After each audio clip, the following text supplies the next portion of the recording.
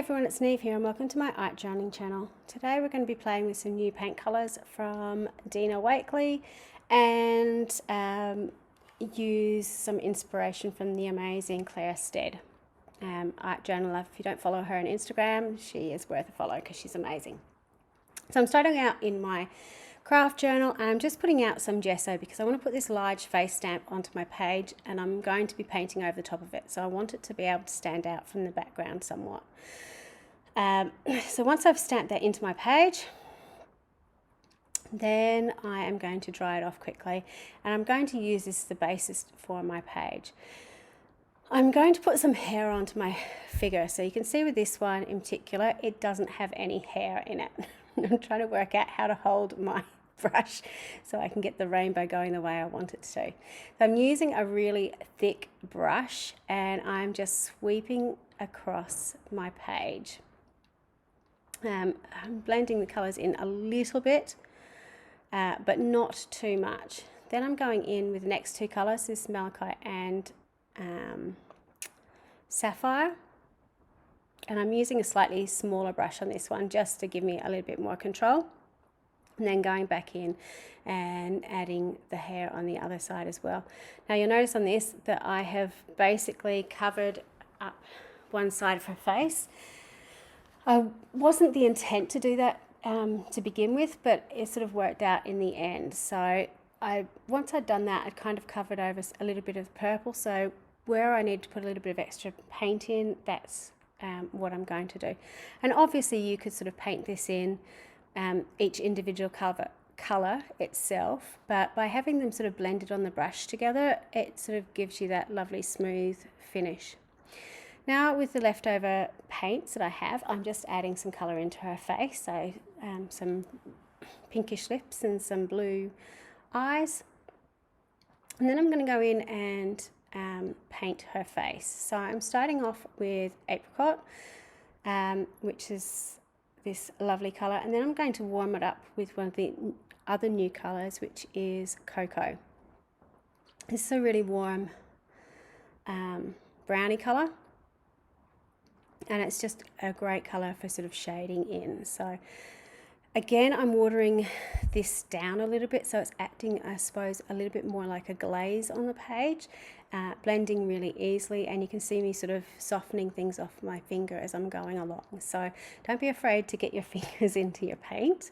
You're not going to ruin anything, but it's just a really great way to make sure that everything sort of blends together.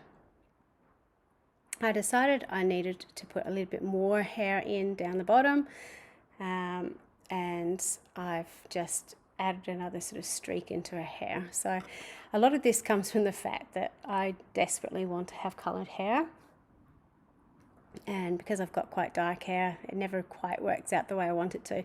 I have currently got some clip-ons of pink and blue in my hair, but it's just not quite the same. I would love to have rainbow hair like this one day. Maybe when I've gone old and much grayer than I am at the moment, I might be able to do it.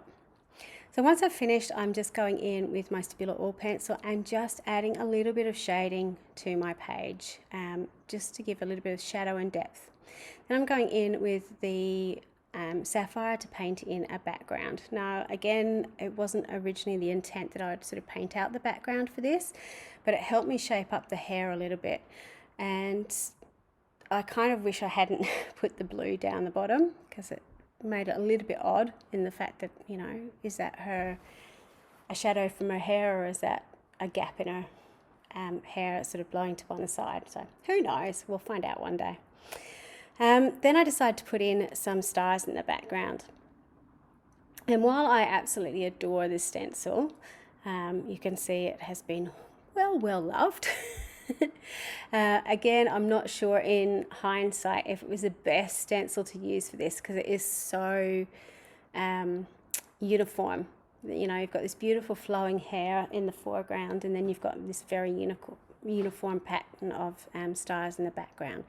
So these are all the things that go through my head as I'm creating. It's like, oh, why'd you do that? Now, if I wanted to, I could quite easily paint over it. I just left it as was because, you know, why not?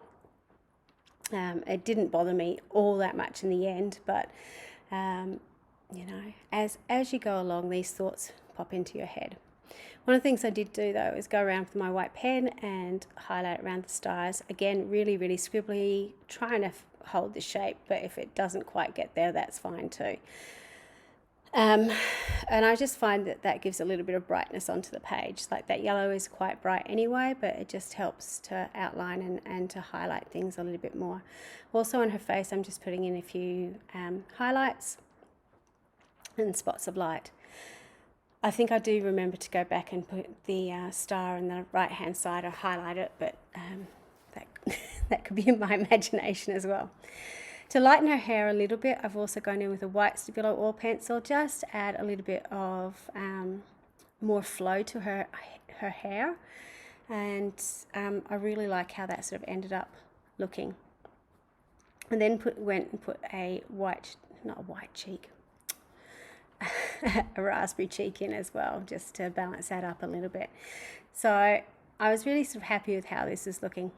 I then decided, because I wanted to sort of make it a little bit more random, particularly the stars in the background, that I'd put a little bit of white splasher over the top.